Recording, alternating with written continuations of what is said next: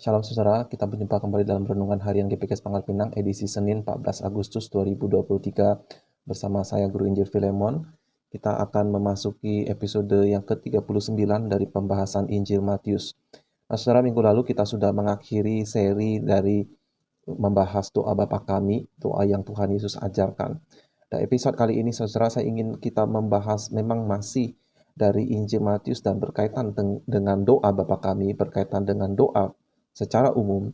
Tetapi kali ini saya mengajak kita untuk mempertimbangkan suatu isu yang saya rasa cukup penting dan yang sebenarnya masih ada kaitan dengan khotbah yang saya sampaikan di hari Minggu kemarin. Apa yang harus kita lakukan apabila Allah berkata tidak pada permintaan-permintaan kita?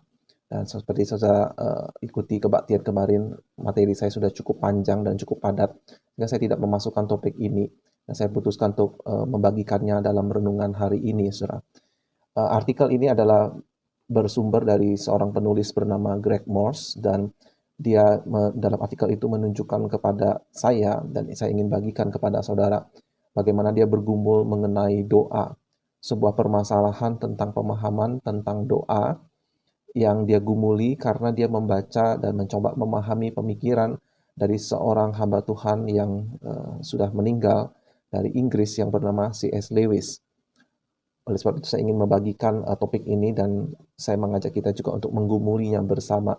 Kalau Bapak Ibu ada pemikiran yang berbeda, tidak apa-apa, dan boleh kalau Bapak Ibu atau saudara ingin men-sharingkan di dalam kolom komentar, saya akan berterima kasih. Nah, saudara, mari kita berdoa terlebih dahulu untuk memulai renungan kita. Tuhan, Kau telah mengajarkan kami berdoa, kami telah membahas bagaimana sikap hati kami, apa yang menjadi arti dari doa itu ketika kami menaikkannya ke hadapan-Mu ya Tuhan. Hari ini Tuhan, kami akan membahas tentang bagaimana seharusnya kami berdoa. Kami mengakui Tuhan, pemahaman kami tidaklah sempurna ya Tuhan. Jikalau di dalam pembahasan kali ini ada yang kurang tepat atau yang tidak berkenan, kiranya Tuhan yang menyingkapkan di waktu-waktu yang akan datang. Tapi kami mohon Tuhan, lewat perenungan hari ini kami lebih memahami, kami lebih menggumuli lagi firman-Mu Tuhan, apa yang Kau katakan, apa yang Kau ajarkan tentang bagaimana seharusnya kami berdoa. Tolonglah kami Tuhan dengan hikmat dari surgawi. Di dalam nama Tuhan Yesus kami berdoa dan berserah. Amin. Nah, saudara, pada umumnya kita diajarkan untuk berdoa berserah kepada Tuhan. Seperti yang kita bahas di dalam salah satu poin yang Tuhan Yesus ajarkan, biarlah kehendak-Mu yang jadi seperti di bumi seperti di surga, ya.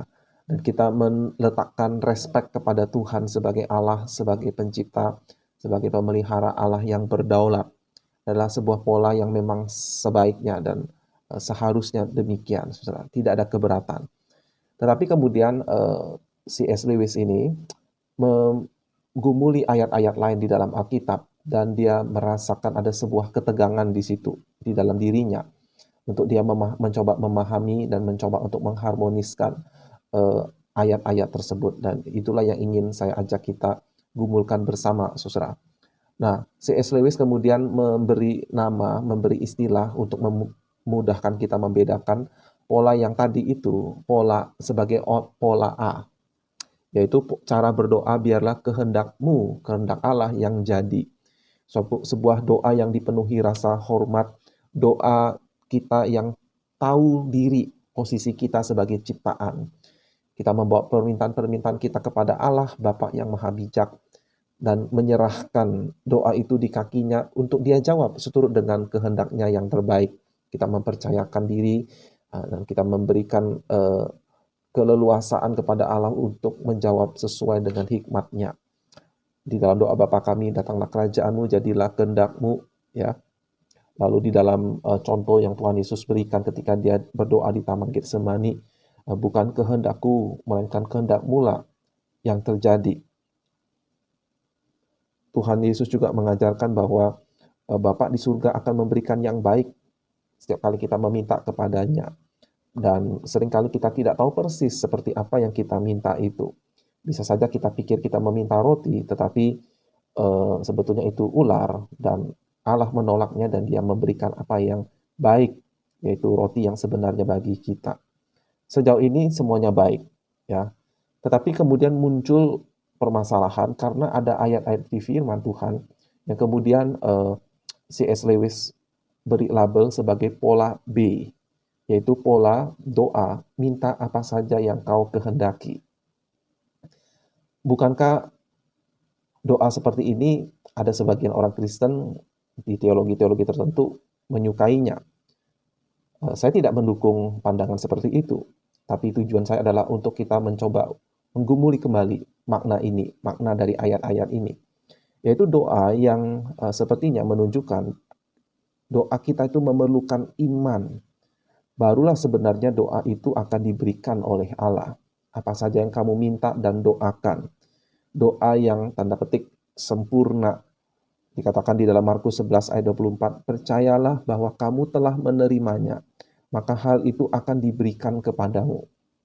Saya ulangi, percayalah bahwa kamu telah menerimanya, maka hal itu akan diberikan kepadamu. Atau misalnya di dalam Matius pasal 21 ayat 22, dan apa saja yang kamu minta dalam doa, dengan penuh kepercayaan kamu akan menerimanya. Saya ulangi, apa saja yang kamu minta dalam doa, dengan penuh kepercayaan kamu akan menerimanya. Pola ini mensyaratkan iman bahwa hal yang kamu minta benar-benar akan diberikan, maka kamu benar-benar akan diberikan. Saudara-saudara, Tuhan Yesus tidak segan-segan mengajarkan pola ini. Di dalam Yohanes 15 ayat 7, jikalau kamu tinggal di dalam aku dan firmanku tinggal di dalam kamu, mintalah apa saja yang kamu kehendaki dan kamu akan menerimanya. Ini adalah Tuhan Yesus, bukan pengkhotbah dari gereja teologi sukses yang mengajarkan. Kalau saudara membaca Yohanes 14 ayat 13 hingga 14, pasal 15 ayat 7, pasal 16 ayat 23 dan 24, ya. Saya bacakan dari Yohanes 14 ayat 13 dan 14. Dan apa juga yang kamu minta, apa juga yang kamu minta dalam namaku, aku akan melakukannya, supaya Bapa dipermuliakan di dalam Anak. Jika kamu meminta sesuatu kepadaku dalam namaku, aku akan melakukannya. Disinilah ketegangan yang dirasakan oleh C.S. Lewis di dalam salah satu suratnya kepada sahabatnya yang bernama Malcolm. Dia berkata begini, jadi pertanyaannya, bagaimana mungkin di satu waktu yang sama kita bisa punya iman yang sempurna, iman yang sama sekali tidak bimbang, tidak goyah, yang seperti Yakobus katakan bahwa kamu akan menerima apa yang kamu minta. Tapi kita mempersiapkan diri dalam ketaatan, kalau permintaan kita itu mungkin saja ditolak. Jadi seolah ada dua ketegangan. Di satu sisi kita harus beriman bahwa kita akan menerima, baru bisa menerima. Lalu bagaimana kita bisa punya iman seperti itu kalau kita sudah mengantisipasi kalau Tuhan menolak permintaan kita itu. Jadi saya melihat ada sebuah ketegangan di situ. Bagaimana untuk mengharmoniskannya? Misalnya saudara, kita berdoa untuk seorang ibu katakanlah yang sakit. Pola mana yang harus kita pakai? Apakah kita meminta kesembuhannya kalau Tuhan berkehendak atau pola A tadi? Atau haruskah kita mendoakan kesembuhannya dalam nama Tuhan Yesus dengan yakin tanpa keraguan itu akan terjadi seperti pola B? Kita pada umumnya takut untuk mendoakan seperti pola B. Bagaimana kalau kita begitu yakin, kita mengklaim dan tidak terjadi? Kan sangat memalukan, bukan? Dan kita akan kesulitan untuk memproses hal itu. Sehingga kita ingin bermain aman berdoa di pola A saja. Tetapi C.S. Lewis bergumul, apakah doa-doa syafaat saya sendiri selama ini bertahun-tahun ini doa yang keliru? Karena saya selalu berdoa agar penyakit teman saya yang mereka alami itu disembuhkan kalau sesuai dengan kehendak Allah. Yang jelas sangat membuka kemungkinan terjadi sebaliknya kalau Tuhan menolak. Mungkin semua ini adalah kerendahan hati palsu dan kerohanian palsu. Ya, kerohanian yang palsu. Mungkin seharusnya saya tidak pernah membayangkan Allah menolaknya. Nah, saudara, jika kita menaikkan doa pola A, di saat kita seharusnya menaikkan doa pola B, keyakinan, mungkinkah kita menjadi peragu yang menyebabkan keringnya doa-doa kita sendiri? Akan tetapi, mungkinkah kita mendoakan pola B di saat pola A yang terbaik? Maka kita menaruh diri kita terlalu tinggi, ya, harapan yang palsu, dan kemudian kita mendapatkan kekecewaan, dan mungkin kita menjadi sebuah contoh yang memalukan. Nah, saudara, mungkinkah ketika Allah mengatakan di dalam ayat-ayat tadi, minta apa saja dalam namaku, aku akan melakukannya, aku akan memberikannya. Itu seperti yang dikatakan oleh seorang raja yang jahat bernama Herodes, ya, di dalam Markus pasal 6 ayat 22 dan 23. Pada waktu itu anak perempuan Herodias tampil lalu menari, dan ia menyukakan hati Herodes dan tamu-tamunya. Raja berkata kepada gadis itu, "Minta daripadaku apa saja yang kau ingini, maka akan kuberikan kepadamu." Lalu ia bersumpah kepadanya, "Apa saja yang kau minta akan kuberikan kepadamu, sekalipun setengah dari kerajaanku." Kita tahu ceritanya, anak perempuan Herodias itu berkonsultasi dengan ibunya Herodias, dan dia meminta kepala Yohanes Pembaptis. Dan akhirnya daripada dia malu tidak menepati janjinya di hadapan tamu-tamunya, meskipun Herodes segan dan cukup menghormati Yohanes Pembaptis, akhirnya permintaan itu pun dikabulkan, dan Yohanes Pembaptis mati dipenggal atas perintah Raja Herodes ini. Nah, saudara, memang ini adalah sebuah contoh yang buruk dari seorang manusia yang buruk. Tetapi apakah memang sebetulnya Tuhan punya maksud demikian ketika dia mengatakan seperti di dalam ayat-ayat yang saya bacakan tadi, apa saja yang kau ingini? Nah, saudara, C.S. Lewis menggumuli, apakah selama ini saya menutupi ketidakpercayaan saya, ketidakyakinan saya, kurang berimannya saya, tetapi saya bungkus dengan sebuah kesalehan yang palsu, biarlah kehendakmu yang jadi. Karena di dalam hati sebetulnya dia sendiri tidak yakin, tidak percaya pada kuasa Allah, tidak percaya kepada Allah mau untuk mewujudkannya, dan lain-lain. Apakah Tuhan kita tidak lebih baik daripada Raja Herodes ketika dia berjanji akan memberikan? Nah, saudara, bagaimana untuk menyelesaikan permasalahan ini? Ada orang yang ingin mengatakan, ingin mengkoreksi pemahaman yang B itu dengan mengatakan, waktu Tuhan bilang apa saja yang kamu kehendaki, itu adalah berdasarkan kehendaknya. Misalnya mereka mengutip 1 Yohanes pasal 5 ayat 14. Dan inilah keberanian percaya kita kepadanya, yaitu bahwa ia mengabulkan doa kita jikalau kita meminta sesuatu kepadanya menurut kehendaknya. Jadi lihat, kan menurut kehendaknya. Minta sesuatu kepada Allah bukan berarti apa saja yang kita mau.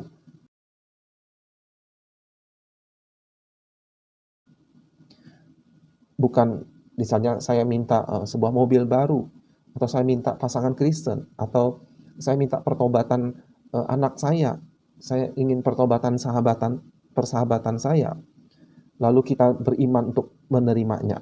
Enggak, itu kalau Tuhan berkehendak, ya, berdasarkan dari 1 Yohanes 5 ayat 14 ini. Tetapi kemudian C.S. Lewis mengkritik pemahaman seperti itu, ya. Dia berkata demikian, "Beranikah kita mengatakan bahwa Allah berjanji, minta apa saja yang kamu kehendaki dan kamu akan menerimanya? Diam-diam Allah bermaksud, kamu akan mendapatkannya kalau apa yang kamu minta itu memang hendak kuberikan kepadamu." Lalu dia berkata, apa yang akan kita pikirkan seorang bapak di dunia ini janji kepada anaknya yang berulang tahun, dia bisa pilih apa saja sebagai hadiah ulang tahunnya. Lalu di saat anak minta sepeda, si bapak malah memberikan buku matematika. Lalu baru kemudian menyingkapkan syarat yang diam-diam ada, tapi nggak disebutin kepada anaknya. Waktu pertama kali janjinya itu dia buat. Bapak seperti apa yang membuat janji seperti itu kepada anaknya? Dan bukankah anak itu tidak meminta sesuatu yang buruk? Nah, saudara, mungkin saja bagi si ayah buku matematika itu lebih berguna buat si anak daripada sepeda. Tetapi anak yang tidak mendapatkan sepedanya di hari ulang tahun, itu seperti sebuah olok-olok yang kejam. Dan kemudian Lewis berkata, saya rasa apa saja bermakna sesederhana seperti yang dipahami oleh Raja Herodes tadi. Sekarang, bagaimana kita menyelesaikan masalah ini, saudara? Nah, harus kita akui kritik dari C.S. Lewis ini yang pertama yang perlu kita simak adalah apakah kita memang eh, benar-benar berserah kepada Tuhan waktu kita meminta sesuatu, lalu kita berkata biarlah kehendakmu yang jadi, bukan kehendakku yang jadi. Apakah kita benar-benar beriman bahwa biar kehendak Bapa yang baik itu yang terjadi? Atau seperti kata C.S. Lewis, sebenarnya di dalam hati kita, kita sebenarnya tidak percaya, kita sebetulnya tidak beriman, kita sebetulnya ragu. Oh, Tuhan sepertinya enggak akan berikan. Oh, Tuhan tidak akan mengabulkan doa saya. Ya, tetapi karena saya sebagai orang Kristen, ya saya katakan saja ya, ya terserahmu saja Tuhan. Ya, seperti mungkin saya ilustrasikan seperti seorang suami yang nggak tahu harus bagaimana supaya keinginannya itu dituruti oleh istrinya. Lalu dia bilang, ya sudah terserah kamu saja. Tapi dalam hatinya sebetulnya dongkol. Apakah seperti itu, saudara? Kita perlu menguji diri kita. Atau seperti yang Tuhan Yesus lakukan, yang Tuhan Yesus alami di Taman Getsemani. Ketika dia berkata, Bapa, kalau boleh lakukanlah cawan ini daripadaku. Tapi biarlah kehendakmu yang jadi bukan kehendakku. Dia lakukan itu dengan iman, ya. Dia lakukan itu dengan kesungguhan. Dia lakukan itu dengan keberserahan diri yang penuh, kepercayaan penuh kepada Bapa. Sekarang bagaimana tentang arti segala sesuatu itu? C.S. Lewis sendiri kemudian menyimpulkan, meskipun dia kemudian juga mengakui dia tidak terlalu puas dengan kesimpulannya itu. Dia berkata demikian, pemikiran saya sendiri adalah, atau kesimpulan saya sendiri adalah bahwa doa seperti pola B ini hanya muncul saat seseorang berdoa yang mendoakannya itu sebagai pendoa, sebagai rekan sekerja Allah, mengharapkan apa yang diperlukan bagi karya bersama, jadi bukan untuk kepentingan diri. Ini adalah doa-doa para nabi, para misionaris, para penyembuh yang dibuat dengan keyakinan seperti ini. Lalu keyakinan ini dibenarkan oleh peristiwa yang kemudian terjadi. Maksudnya keyakinan itu dibuktikan dengan memang betul-betul terjadi seperti yang dia doakan. Dengan kata lain, doa iman ini adalah doa yang istimewa bagi rekan sekerja Allah yang Tuhan buat, ya Tuhan berikan di dalam hati seseorang di momen tertentu. Ini tidak dibuat melalui senam psikologis, melainkan pemberian Allah. Ya, artinya kalau kita tidak diberikan keyakinan seperti itu, maka kita jangan membuat-buat. Dan saya rasa kesimpulan dari C.S. Lewis ini tepat. Dan itulah mengapa saya menceritakan pengalaman dari Ibunda Henry Townsend dalam khotbah saya kemarin. Dia berdoa minta kesembuhan anaknya, dan untuk awal-awal tidak menemukan jawaban. Ya, setelah anaknya beberapa minggu di rumah sakit, tidak ada jalan keluar. Dan pada waktu mereka membawa ke klinik yang berbeda untuk bertemu dengan dokter yang berbeda, juga sepertinya jalan buntu. Tetapi kemudian Tuhan berbicara lewat hati nurani, bukan dengan suara yang audible, bukan dengan penglihatan, tetapi sebuah impresi, desakan dalam hati, pikiran untuk membawa anaknya itu berobat ke kota lain di New Orleans. Dan kemudian ketika mamanya meyakini itu berasal dari Tuhan dan melakukannya, meski tidak tahu apa yang akan terjadi di New Orleans, terbukti memang mereka bertemu dengan dokter yang baru saja studi tentang penyakit yang langka, yang tanda petik kebetulan Henry alami waktu dia berumur 4 tahun. Pada saat itu, informasi tidak secepat sekarang, dan pada saat itu, dokter itu hanyalah salah satu dari sangat sedikit dokter yang memahami bagaimana mendiagnosa dan kemudian bagaimana mengobati penyakit yang langka itu. Jadi Tuhan memberikan sebuah keyakinan iman di dalam hati Ibunda Henry Townsend untuk secara spesifik berobat pergi ke kota yang lain di New Orleans. Dan kebetulan atas perancangan Tuhan, dia bertemu dengan orang yang tepat di sana. Saya mengaminkan kesimpulan C.S. Lewis ini sebab ketika saya mempelajari Alkitab juga, terutama di dalam 1 Korintus pasal 12 hingga 14, ketika Rasul Paulus berusaha menjelaskan tentang jenis-jenis karunia rohani dan dia ingin mengkoreksi praktek bahasa roh yang dilakukan di jemaat di Korintus itu. Di dalam daftar jenis-jenis karunia yang Roh Kudus berikan kepada orang beriman, ada satu karunia yang bagi saya aneh, yaitu karunia iman. Ya, dia sejajarkan dengan beberapa karunia-karunia lain. Dan sejak dulu, pertama kali saya membaca ayat itu, ya mungkin bukan pertama kali, tapi sejak saya berusaha memahami firman Tuhan dengan baik, sebaik-baik mungkin, saya selalu bertanya-tanya, salah satunya arti itu. Roh memberikan karunia iman kepada yang satu. Bukankah semua orang punya iman? Dan iman itu adalah karunia dari Roh Kudus. Buat apa Rasul Paulus seolah-olah menunjukkan ada karunia iman yang lain? Dan saya merasa bahwa yang dimaksudkan Rasul Paulus itu adalah orang-orang tertentu diberikan Tuhan karunia untuk beriman tentang terjadinya sesuatu atau tentang sebuah keputusan tertentu. Seperti yang dialami oleh Henry Townsend tadi. Saya sekali lagi tidak bermaksud untuk menjadikan pengalaman Ibunda Henry Townsend itu untuk menjadi filter memahami semua firman Tuhan, semua ayat-ayat firman Tuhan. Tapi maksud saya itu adalah sebuah contoh yang cukup luar biasa bagi saya ya untuk memahami mengapa Paulus mendaftarkan salah satu karunia itu yang Roh Kudus berikan secara spesifik kepada orang tertentu menurut kehendaknya, itu karunia iman. Ya, padahal kita tahu semua orang itu kalau bukan karena karya Roh Kudus tidak bisa beriman kepada Tuhan Yesus. Dia harus dilahirbarukan oleh Roh Kudus. Jadi seharusnya semua orang itu mendapatkan karunia iman dari Roh Kudus. Tetapi mengapa di 1 Korintus itu Rasul Paulus seolah-olah ingin mengatakan ada karunia iman yang berbeda, yang cukup berbeda, yang cukup spesial, yang berbeda dari orang iman pada umumnya yang semua orang terima dari Roh Kudus juga. Dan sampai sejauh ini saya memahaminya itu seperti yang dimaksudkan oleh C.S. Lewis atau juga seperti yang dialami oleh ibunda dari Henry Townsend itu. Jadi kesimpulannya bagaimana kita akan berdoa. Sepertinya doa yang paling aman itu adalah kita berdoa dengan pola A.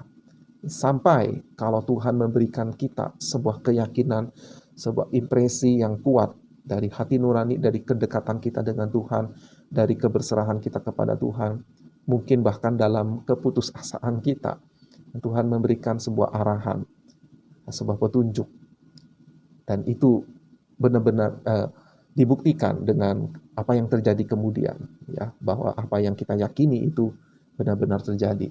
Ini memang pengalaman yang sifatnya cukup subjektif, saudara. Setiap kasus berbeda, setiap orang punya pengalamannya yang masing-masing.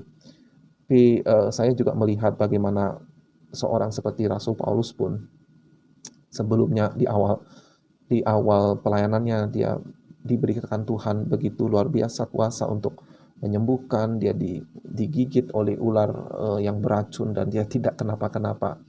Tetapi kemudian Tuhan izinkan dia mendapatkan duri dalam daging dan Tuhan menolak untuk mengangkat duri dalam daging itu. Jadi seorang Paulus pun bisa mengalami beberapa keadaan yang berbeda. Ya, kalau saya pakai istilah doa pola C.S. Lewis tadi, seolah-olah Paulus itu mengalami pola A dan dia juga mengalami pola B, begitu. Dan kiranya kita terus bergumul saudara dalam doa ini. Yang jelas adalah seperti yang C.S. Lewis katakan, ayo kita buang keraguan, baik kita menaikkan doa pola B, kalau Tuhan memang berikan keyakinan itu, atau kita berdoa dengan pola A. Bapak, biarlah kehendak-Mu yang jadi. Aku nggak tahu mana yang terbaik. Aku berserah kepada-Mu. Kalau boleh, saya minta ini. Tetapi biarlah kehendak-Mu yang jadi. Yang penting adalah tidak ada ketidakpercayaan. Tidak ada keraguan. Tidak ada sinisme. Bahwa Allah tidak sanggup. Allah tidak mau. Allah berat hati untuk menolong kita. Mari saudara kita singkirkan semua pikiran seperti itu. Kiranya dalam doa kita boleh melihat tangan Tuhan bekerja dalam hidup kita.